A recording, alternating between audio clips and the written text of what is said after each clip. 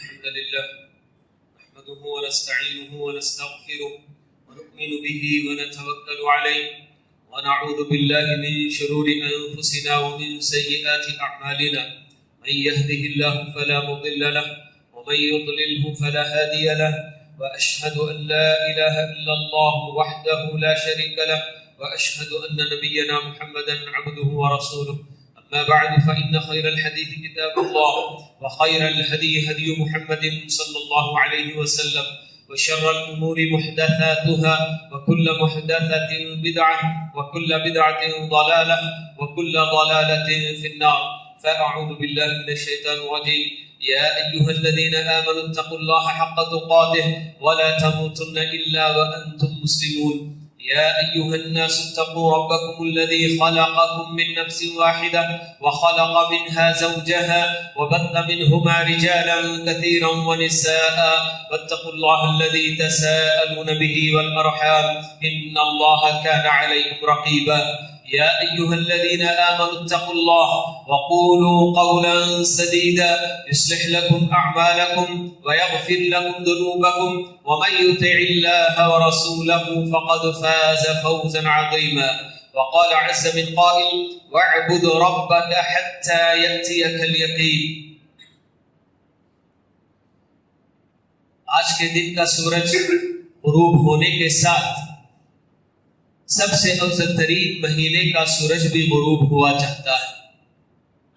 رمضان مبارک جس کا چند دن پہلے ہم لوگ بڑے ہی شوق سے اور بڑے ولولے کے ساتھ اور بڑے نیک عزائم لے کر استقبال کرتے ہوئے نظر آ رہے تھے،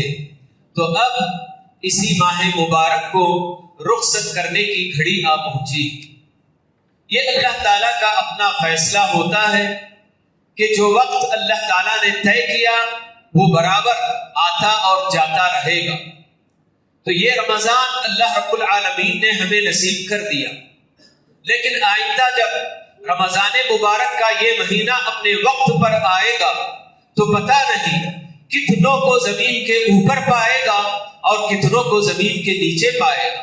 رمضان تو آئے گا جائے گا، لیکن سوال یہ ہے کہ ہم اس رمضان کا استقبال کرنے کے لیے رہیں گے کہ نہیں رہیں گے. تو ایسے میں اللہ تعالیٰ نے جو بھی ہمیں مہلت دی ہے، جو غنیمت موقع اللہ تعالیٰ نے ہمیں دیا ہے، تو عقل مندی کا یہی تقاضا ہوتا ہے کہ اس کو ہم غنیمت جانیں اور اپنی آخرت بنانے کے لیے اور اپنی آخرت میں کام آنے والے کاموں میں اپنی اس زندگی کو ہم لگائیں. تو یقیناً رمضان مبارک کا مہینہ جو اپنے ساتھ بے حد و حساب رحمت، برکت، سعادت، خزانہ لے کر آیا تھا اور ہم پر لٹا کر یہ جا رہا ہے، تو یہ بوریا بستر لپیٹ کر بس اب رخصت ہونے کی تیاری کر رہا ہے. تو ایسے میں اللہ کے وہ بندے اور بندیاں جنہوں نے رمضان مبارک سے اپنا بڑا گہرا تعلق قائم رکھا تھا، اس ماہ مبارک کی وجہ سے جس طرح سے ہمارے اپنے دن اور رات ماحول ہی بالکل بدلا ہوا تھا، بالکل روح پرور ماحول بنا ہوا تھا، پربہار دن تھے، پر نور راتیں تھی، مگر یہ سب کچھ اب جو رخصت ہوا چاہتے ہیں تو اللہ کے ایسے بندے اور بندیاں جنہوں نے رمضان مبارک سے کما حقہ فائدہ اٹھایا اور فائدہ اٹھانے کی کوشش کرتے رہے اور اس کو اپنی آخرت بنانے میں لگاتے رہے، تو ان کے لیے یقیناً یہ جو کہ آنسو بہانے کا جو وقت آیا ہوا ہے. تو ایسے موقع پر کہ واقعی یہ ایک فطری بات ہوتی ہے کہ خود ہم جانتے ہیں کہ کس طرح سے کوئی ایسا آدمی جو ہمیں بہت کچھ دے رہا ہو اور بہت کچھ ہم سے جو ہے کیا اس کے اچھے تعلقات ہو اور ہم اس کے ساتھ جیسا رہتے ہیں، اگر وہ آدمی ہم سے جدا ہوتا ہے، رخصت ہوتا ہے، تو یقیناً ہمیں بہت تکلیف ہوتی ہے، رنج و الم ہوتا ہے، ملال ہوتا ہے، افسوس ہوتا ہے کہ ایک ایسا آدمی ہم سے رخصت ہو گیا. یہ سب دیکھنے میں آنے والی چیزیں کتنی جگہوں پر کہیں اسکول میں کوئی استاد کوئی ماسٹر ایسا کہ جو بچوں کے ساتھ بڑا اچھا اس کا تعلق ہوتا ہے، اس کی اپنی تعلیم دینے کا طریقہ طرز یہ سب بالکل نرالا ہوتا ہے، جب اس اسکول سے کہیں اور ٹرانسفر اگر اس کو ہوتا ہے یا وہ خود چھوڑ کر جانا چاہتا ہے تو بچے اس کے پیروں سے لپٹ جاتے ہیں کہ آپ ہمیں چھوڑ کر نہیں جا سکتے۔ تو بالکل اسی طرح سے جن کے ساتھ جتنا زیادہ گہرا تعلق ہوتا ہے تو ایسے لوگوں کو ایسے یعنی کہ جو جن سے ہمارا گہرا تعلق ہو گیا ہوتا ہے ان کے رخصت ہونے پر، ان کے جدا ہونے پر یقیناً ہمیں غم ہوتا ہے، تکلیف ہوتی ہے، رنج ہوتا ہے۔ لیکن کتنے ایسے بھی بندے ہوں گے رمضان مبارک کے اختتام پر خوشیاں منا رہے ہوں گے کہ اب اس کے بعد ہمیں کھلے عام کھانے پینے کی اجازت ہوگی، ہم جو چاہے کر سکتے ہیں، جیسے انہوں نے رمضان کو اپنے لیے ایک قید و بند کی زندگی کا زمانہ تصور کر لیا تھا اور اپنے لیے اب گویا رہائی مل رہی ہے، آزادی مل رہی ہے، اس طرح کے تصور سے جینے والے انسان بھی مسلمان بھی پائے جاتے ہیں۔ بہرحال رمضان مبارک آیا اور اب رخصت ہوا چاہتا ہے، سوال یہ پیدا ہوتا ہے کہ اس رمضان سے ہم نے کیا سیکھا؟ اپنا محاسبہ کرنے کی ضرورت ہے، اپنا جائزہ لے کر دیکھنے کی ضرورت ہے کہ رمضان نے جو سبق ہم کو سکھایا کیا ہم نے واقعی وہ سب سبق سیکھے ہیں؟ رمضان نے ہمیں بہت کچھ سکھایا جی۔ رمضان میں سب سے بڑا سبق جو رمضان ہمیں سکھا کر جا رہا ہے کہ اللہ تعالیٰ کی نگرانی کا احساس ہر وقت، ہر پل، ہر جگہ اور ہر حال میں ہونا چاہیے۔ اسی وجہ سے تو رمضان میں روزہ رکھتے ہوئے ہر طرح سے بندے کے سامنے ساری چیزیں ہوتی ہیں، کھانے پینے کی چیزیں بھی ہوتی ہیں اور اس کو بھوک پیاس بھی ستاتی ہے، مگر پھر بھی نہ کھانا منہ میں کوئی دانہ ڈالتا ہے، نہ پانی کا کوئی گھونٹ اپنے حلق کے نیچے اتارتا ہے، حالانکہ گرمی کی شدت اور پیاس اتنی بڑی ہوئی ہوتی ہے کہ حلق سوکھ رہا ہوتا ہے، مگر ان سب کے باوجود اسے اپنے پروردگار کی نگرانی کا احساس بالکل ہمیشہ رہتا ہے۔ اپنے گھر میں ٹی وی آن کرنا چاہتا ہے، لیکن رمضان میں اللہ تعالیٰ دیکھ رہا ہے، میرے پروردگار کا حکم ہے کہ مجھے یہ سب کام نہیں کرنا ہے۔ ان سب کاموں سے آدمی اپنے آپ کو بچاتا ہے، اپنی نگاہوں کی حفاظت کرتا ہے، اپنے کانوں کی حفاظت کرتا ہے، اپنی زبان کی حفاظت کرتا ہے، ہاتھ پیر سب کی اور اپنے دل و دماغ کی خاص کر کہ اس میں کہیں کسی طرح کی کوئی غلط فکر یا کوئی غلط خیال میرے اپنے دل و دماغ سے گزر کر نہ چلا جائے جس کی وجہ سے میرا روزہ متاثر ہو جائے اور میرے پروردگار کے پاس میرا روزہ جائے تو بالکل زخمی حالت میں جائے۔ ایسا میں نہیں چاہتا ہوں۔ یہ سوچ کر بندہ بہت کچھ حفاظت کرتا ہے۔ یہ سب کچھ کس لیے کرتا ہے؟ کیونکہ اسے یہ رمضان اللہ تعالیٰ کی نگرانی، ہمیشہ اللہ تعالیٰ تمہیں دیکھ رہا ہے اور تمہاری نگرانی کر رہا ہے، یہ احساس اس کے دل میں بٹھا رہا ہے۔ تو یہ اتنا اہم سبق کہ اگر واقعی ہم نے یہ سبق سیکھ لیا اور اسے اپنی زندگی کے ساتھ ہمیشہ کے لیے اگر ہم نے جوڑ لیا تو اللہ رب العالمین روزوں کے فرض کیے جانے کا جو مقصد اللہ تعالیٰ بتاتے ہیں لعلکم تتقون، تو اس کے پورا ہونے میں کوئی دیر نہیں لگے گی۔ لیکن افسوس اسی بات کا ہوتا ہے کہ جیسے ہی رمضان مبارک ہم سے رخصت ہوتا ہے وہ سارے احساسات بھی ہم سے رخصت ہو جاتے ہیں۔ کتنی عبادتوں میں بڑھ چڑھ کر حصہ لے کر اپنے رب کے قریب سے قریب تر ہونے کے لیے رمضان ہم کو ٹریننگ دیتا ہے۔ رمضان مبارک کے اس مہینے میں یہ ساری ہم لوگ ٹریننگ لیتے ہیں، مگر رمضان مبارک کے رخصت ہونے کے ساتھ ساتھ جو چیز نمایاں طور پر نظر آتی ہے کہ ایک تو ہماری اپنی مسجدیں ویران ہونے لگتی ہیں، نمازوں کی پابندی کرنے والے اللہ کے یہ بندے اور بندیاں بالکل رمضان کے بندے اور بندی رکھتے ہیں کہ رمضان میں بس اللہ تعالیٰ ہمیں عبادتوں کا حکم دیتا ہے اور باقی کے 11 مہینے ہم کریں نہ کریں کوئی پرواہ کرنے کی بات نہیں، یہ سمجھتے ہیں۔ حالانکہ اللہ رب العالمین نے پیارے نبی صلی اللہ علیہ وسلم کو جو حکم دیا وَاعْبُدْ رَبَّكَ حَتَّى يَأْتِيَكَ الْيَقِينُ کہ اے نبی آپ اپنے رب کی بندگی کرتے رہیے یہاں تک کہ آپ کو موت آ جائے. تو مرتے دم تک اللہ تعالیٰ کی بندگی کرتے رہنا یہی ایک مسلمان کا شیوا ہونا چاہیے, یہی اس کی پہچان ہونی چاہیے. کسی خاص موسم میں عبادتیں کرنے والا مسلمان نہیں ہوتا. ہاں جو موسم آتے ہیں تو ان میں عبادتوں میں اضافہ کرنے والا ہوتا ہے. عبادت سے کبھی وہ اپنا تعلق توڑتا نہیں ہے. ہر دم ہر جگہ ہر وقت اور ہر حال میں اللہ تعالیٰ کی بندگی اور عبادت کرتے رہنا یہ ایک مسلمان کی پہچان ہونی چاہیے. اتق اللہ حیثما کنت, اللہ کے نبی صلی اللہ علیہ وسلم جو نصیحت فرما رہے ہیں کہ جہاں کہیں بھی چلے جاؤ دنیا کے کسی بھی کونے میں مگر اللہ تعالیٰ سے ڈرتے رہنا. اللہ تعالیٰ سے ڈرتے رہنے کا یہی معنی ہے کہ اللہ نے جو کچھ فرائض اور واجبات ہمیں دیے ہیں ان کی پابندی کرتے رہنا, اور جن محرمات سے اللہ تعالیٰ نے ہمیں روکا ہے ان سے ہمیشہ دور رہنا. تو یہ رمضان مبارک ہم کو سب سے اہم اور سب سے بڑا سبق یہی ہم کو دے رہا ہے کہ اللہ تعالیٰ کی نگرانی کا احساس ہمیشہ تم کو رہنا چاہیے. تمہارے ساتھ اگر یہ احساس ختم ہوا تو سمجھو کہ وہی ہمارا اپنا نفس ہم پر غالب آنا چاہے گا, شیطان ہم پر غالب آنا چاہے گا اور ہم سے وہ سارے کام کرانے کی کوشش کرے گا جن سے اللہ رب العالمین ناراض ہوتا ہے. بہت سارا رمضان نے ہمیں بہت کچھ سکھایا ہے. رمضان نے ہمیں رات کے اندھیرے میں تنہائی میں اپنے پروردگار کی نعمتیں یاد کر کے اور اس کے مقابلے میں ہم نے شکر ادا کرنے کی بجائے جو ناشکری ہم کرتے رہے ہیں اور اللہ تعالیٰ کی جو نافرمانی اور ناقدری اللہ تعالیٰ کی ان نعمتوں کی کرتے رہے ہیں ان سب کو یاد کر کے اور اپنی غفلت کو یاد کر کے اللہ رب العالمین کے روبرو اپنی آنکھوں سے آنسو بہانا بھی رمضان نے ہم کو سکھایا. تو یہ سب ہمارے اپنے لیے صرف رمضان کی حد تک محدود نہیں رہنا چاہیے.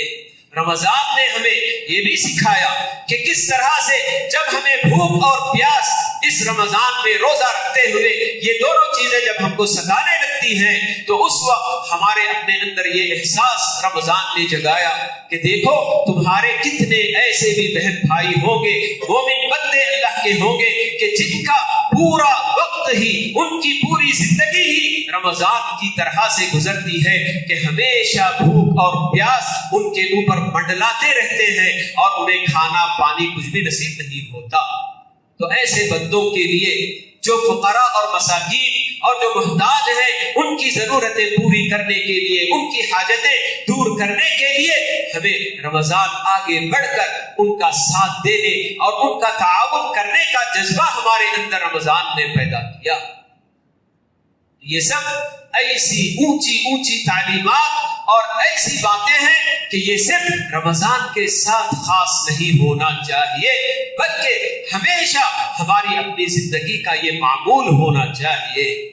تو بہرحال رمضان مبارک سے ہمیں جو بہت سارے سبق دیے ہیں ان سب کو ہمیشہ یاد رکھ کر زندگی گزارنے والا ہی صحیح معنوں میں اللہ تعالیٰ کا بندہ ہوتا ہے. اور جو کچھ عبادتیں ہم سے ہوئی ہیں ان سب کی اب یہ وقت آ پہنچا ہے کہ ہم اللہ رب العالمین سے گڑ گڑا کر دعائیں کریں جیسے ہمارے اپنے اسلاف دعائیں کیا کرتے تھے کہ پروردگارا جو کچھ بھی ہم سے اس ماہ مبارک میں تیری توفیق اور تیرے فضل و کرم سے عبادتیں کرنے کا موقع ملا ہے ان عبادتوں میں جو کوئی کمی رہ گئی ہو, جو نقص رہ گیا ہو, ان سب کو اپنے فضل و کرم سے تو معاف فرما کر ہماری اپنی ان عبادتوں کو شرف قبولیت سے نواز دے. یہ دعا کرنے کی ہم کو ضرورت ہے اور اسی کے ساتھ یہ دعا بھی کرتے رہنا ہے کہ جتنی عبادتوں کا راستہ تو نے ہمیں دکھایا اور جو کام نیک کام کے راستے تو نے ہمیں دکھائے ان سارے راستوں پر ہمیشہ چلتے رہنے کی تو ہمیں توفیق عنایت کر. یہ سب دعائیں کرنے کا یہ وقت ہے.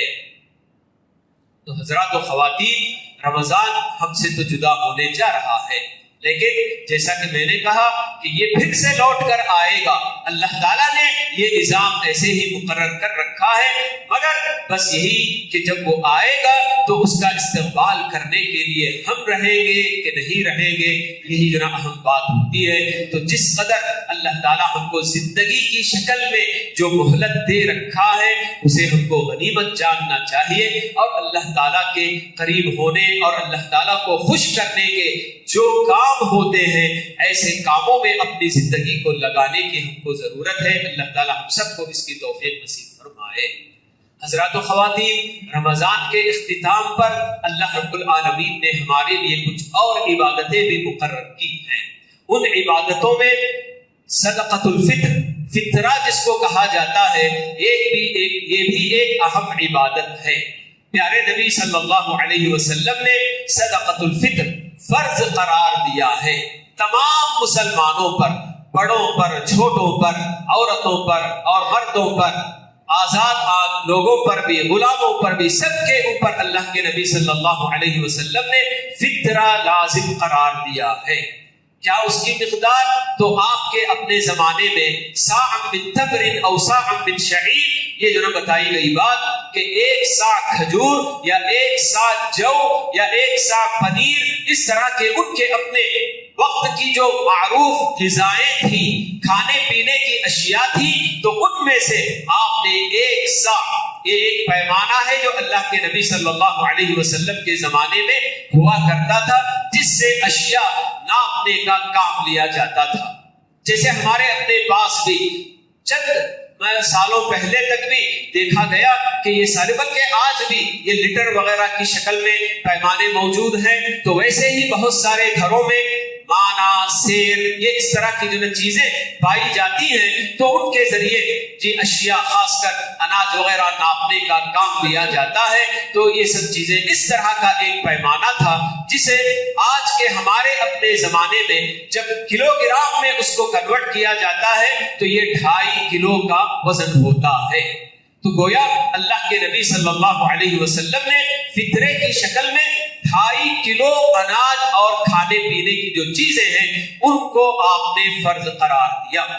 تو ہر عبادت جیسے اللہ تعالیٰ کے دربار میں قبول ہونے کے لیے، ہر عمل کی قبولیت کے لیے 2 اہم شرطیں ہوتی ہیں۔ ایک تو یہ کہ اس عمل کے اندر اخلاص ہونا چاہیے،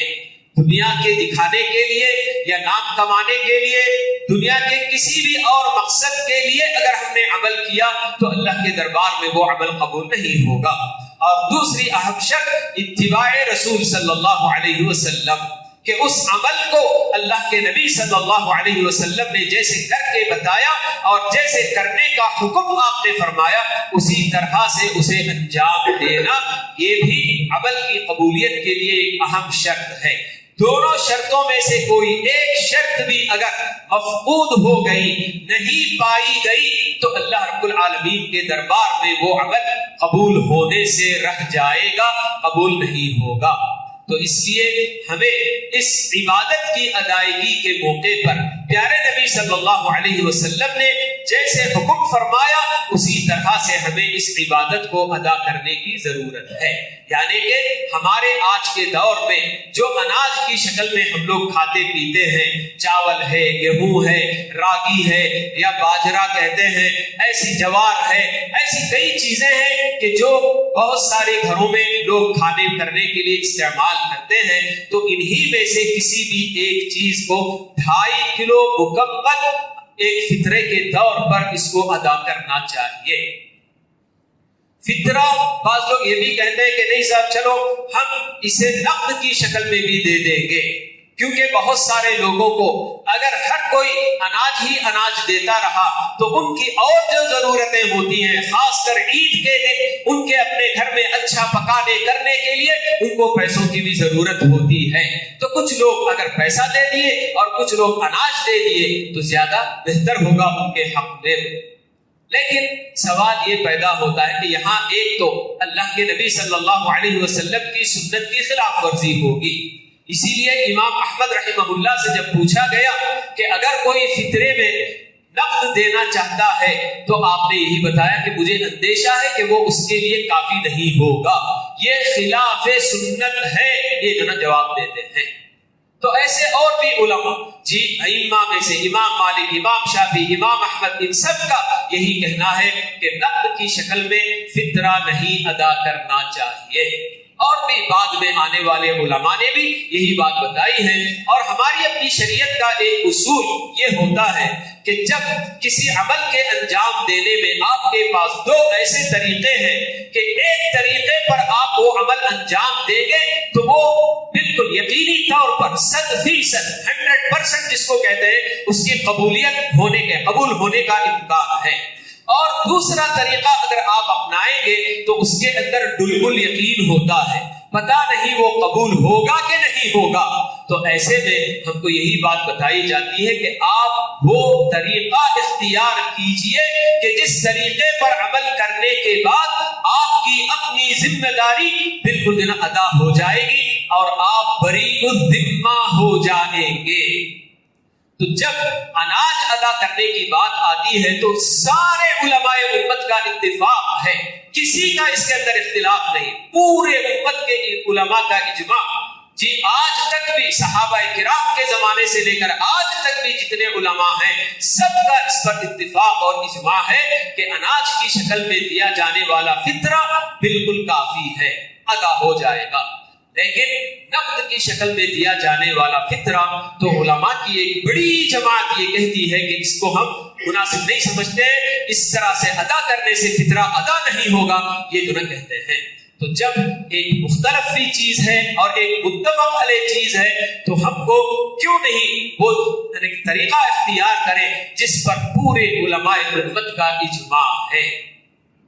اور ویسے بھی اس موقع پر اگر بندہ فطرے کی شکل میں جو عبادت جو طریقہ ہم کو بتایا گیا اس طریقے کے مطابق 2.5 کلو اناج فطرہ دے کر ساتھ میں اگر واقعی ہمیں اتنا ہی احساس ہے ہمارے اپنے فقراء اور محتاجین کا تو ایسے موقع پر بھی ہم کو صدقہ اور خیرات کرنے سے اللہ تعالیٰ روکتا نہیں، خاص کر عید کے دن اور عید کے موقع پر اسی مناسبت سے آپ یہ چاہتے ہیں کہ ان کے گھر میں بھی خوشیاں آئیں تو بس آپ اپنے فطرے کو پیسے کی شکل میں دے دینے سے ایسے جو آ جائے گا۔ ہر آدمی اگر ان کو اناج بھی دے اور اسی کے ساتھ ساتھ 100 روپیہ 200 روپیہ ملا کر آدمی اگر دے دے تو ان کی اور ضرورتیں بھی پوری ہو سکتی ہیں۔ جی کوئی ضروری نہیں کہ آپ اس عبادت کو بدل کر جی جس کا اللہ کے نبی صلی اللہ علیہ وسلم کے زمانے میں یا آپ کے بعد صحابہ کے زمانے میں کوئی وجود نہیں تھا نقد کی شکل میں دینے کا، تو اس کو کیوں آپ بدلنا چاہتے ہیں؟ اسے اپنی جگہ پر العبادات توقیفیہ یہ قاعدہ شریعت کا ہم کو یہ بتایا جاتا ہے کہ عبادت صرف اللہ اور اس کے رسول کی طرف سے جیسے بتایا جاتا ہے بس ویسے ہی کرنے کی چیز ہے، اس میں ہماری اپنی عقل کو زیادہ دخل دینے کی کوئی ضرورت نہیں۔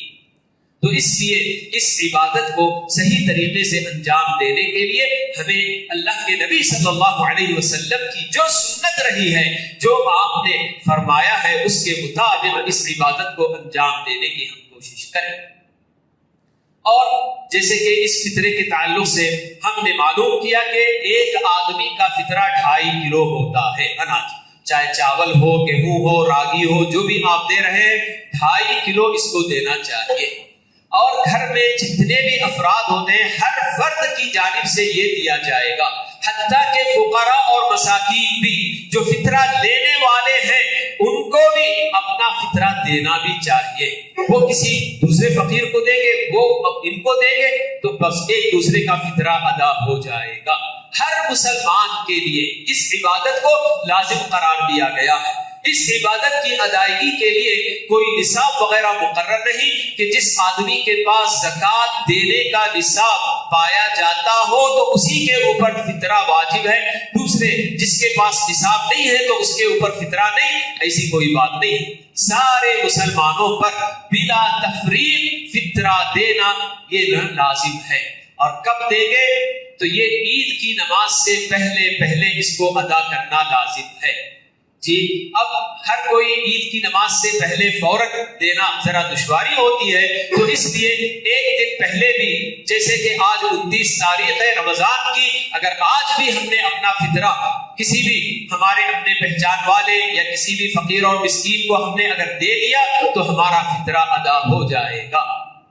فطرہ جب آدمی جتنے بھی افراد اپنے گھر میں ہوتے ہیں، حتیٰ کہ عید کی نماز سے پہلے بھی اگر کوئی گھر میں بچہ پیدا ہو رہا ہے تو اس کی جانب سے بھی فطرہ ادا کیا جائے گا۔ جہاں تک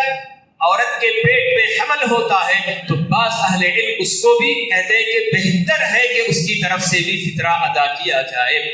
ضروری تو نہیں، حمل کی طرف سے فطرہ ادا کرنا ضروری نہیں، لیکن بہتر بس یہ جو کہا جاتا ہے۔ جب فطرہ آپ اپنے گھر کے اندر، فرض کیجئے کہ آپ کے اپنے گھر میں 4 افراد ہیں، میاں بیوی اور 2 بچے، تو 4 فطرہ جب ہوگا تو یہ 10 کلو اناج ہو جائے گا۔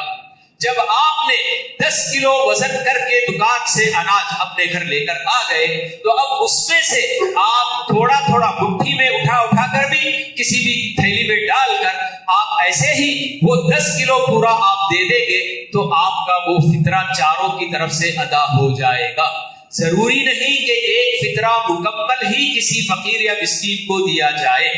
ہمارا کام صرف اتنا ہے کہ 10 کلو 4 افراد کا فطرہ 10 کلو ہم نے جمع کر لیا،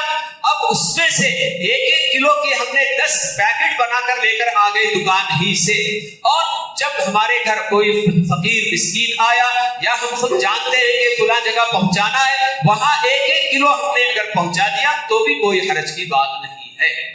بس اتنی بات ضروری ہے کہ 4 آدمیوں کا فطرہ 10 کلو اناج ادا ہو جانا چاہیے، چاہے کسی کو کم دیا کسی کو زیادہ دیا، یا ایسا بھی ممکن ہے کہ ہم جانتے ہیں ہمارے اپنے کسی عزیز یا رشتہ دار کو جو بہت زیادہ محتاج ہیں اور ہم یہ چاہتے ہیں کہ ہمارا 4 فطرہ بھی انہی کے گھر پہنچ جائے، پہنچا دیں، کوئی حرج کی بات نہیں۔ جی کئی فطرے ملا کر ایک مسکین کو بھی دیا جا سکتا ہے، ایک فقیر اور محتاج کو بھی، اور ایک فطرے کو بھی آپ ڈیوائیڈ کر کے 2 آدمیوں کو 3 آدمیوں کو بھی دینا چاہیں تو دے سکتے ہیں، ان سب کے اندر پوری گنجائش رکھی گئی ہے۔ تو یہ سب ہمارے اپنے لیے جی رمضان کے آخر میں اللہ رب العالمین کی جانب سے مقرر کردہ ایک عبادت ہے کہ یہ خود بھی ہمارے اپنے فائدے کے لیے، ہمارے اپنے بھلے کے لیے اللہ رب العالمین نے اس عبادت کو مقرر کیا ہے۔ ایک طرف سے جہاں فقراء اور مساکین کا فائدہ ہوگا اس میں، تو دوسری طرف روزے دار جن کے اپنے روزے میں روزہ رکھتے ہوئے کسی بھی طرح سے ان کے اندر کوئی کمی رہ گئی، کوئی نقص رہ گیا، کچھ بھی ہوا، تو ان سب کو جو ہے پاک کرنے کے لیے اللہ تعالیٰ نے اس عبادت کو ہمارے اوپر فرض کیا ہے۔ تو ان سب کے اندر ہمارا اپنا خاص خیال ہونا چاہیے کہ اللہ کے نبی علیہ الصلوۃ والسلام نے جس طریقے پر اس عبادت کو انجام دیا اور کرنے کا انجام دینے کا حکم دیا ہے، اسی کے مطابق اس عبادت کو انجام دینے کی ہم کوشش کریں۔ اللہ رب العالمین ہم سب کی رمضان مبارک کی تمام عبادتوں کو شرف قبولیت سے نوازے۔ جو کچھ بھی اس کے اندر کمی اور نقص رہ گیا، اللہ رب العالمین اپنے فضل و کرم سے اسے معاف فرما کر ہم سب کو اللہ رب العالمین کل قیامت کے دن سرخ روئی عطا فرمائے، اور ہمیں بھی اور ہمارے اپنے جتنے بھی ماں باپ رشتہ دار جو بھی فوت ہو چکے ہیں، اللہ رب العالمین جہنم کی آگ سے آزادی کا پروانہ ہم سب کو عطا فرمائے۔ آمین۔ اقول قولی ھذا واستغفر اللہ لی ولکم ولسائر المسلمین من کل ذنب فاستغفروه انه هو الغفور الرحیم۔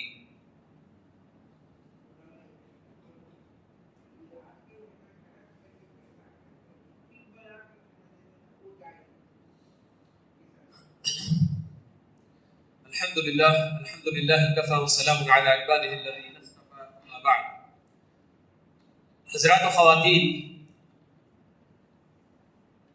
آج ہمارے اپنے پاس اگر فطرہ جمع کرنے کے لیے، فطرہ یعنی کہ اس کو حاصل یا فطرہ ادا کرنے کے لیے کوئی چیز طے کی جاتی ہے کہ ہم یہ چاول خرید کر فقراء میں تقسیم کریں گے اور اس کی یہ قیمت ہو رہی ہے، تو ہم اگر کسی اور کو فطرہ اگر ادا کریں گے اور اس کے لیے پیسے ان کے حوالے کریں گے کہ ہمارے پیسوں سے آپ یہ اناج خرید کر جمع کریں گے. تو ایسی صورت میں ان کے حوالے ہم کر سکتے ہیں پیسے، مگر وہ صرف وکیل کی حیثیت سے ان کے پاس ہوتا ہے. ایسا نہیں کہ ہم نے پیسہ ادا کیا ہو،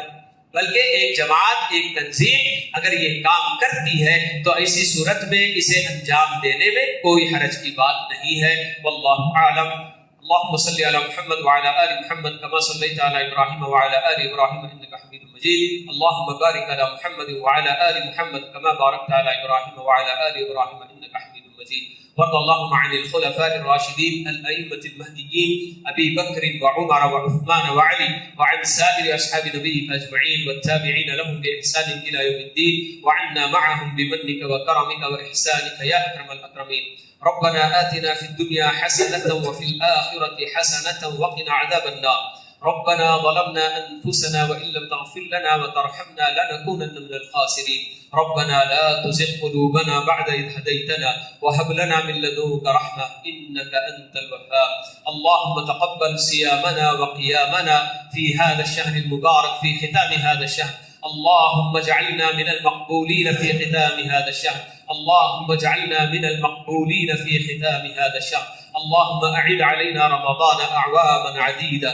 وأزمنة مديدة ونحن في صحة وعافية وأمن وأمان برحمتك يا أرحم الراحمين. اللهم إنا نسألك رضوانك والجنة وما قرب إليها من قول وعمل، ونعوذ بك اللهم من سخطك والنار وما قرب إليها من قول وعمل. اللهم حبب إلينا الإيمان وزينه في قلوبنا وكره إلينا الكفر والفسوق والعصيان واجعلنا من الراشدين. اللهم إنا نسألك موجبات رحمتك وعزائم مغفرتك والسلامة من كل إثم والغنيمة من كل بر والفوز بالجنة والنجاة من النار. سبحان ربك رب العزة عما يصفون وسلام على المرسلين والحمد لله رب العالمين.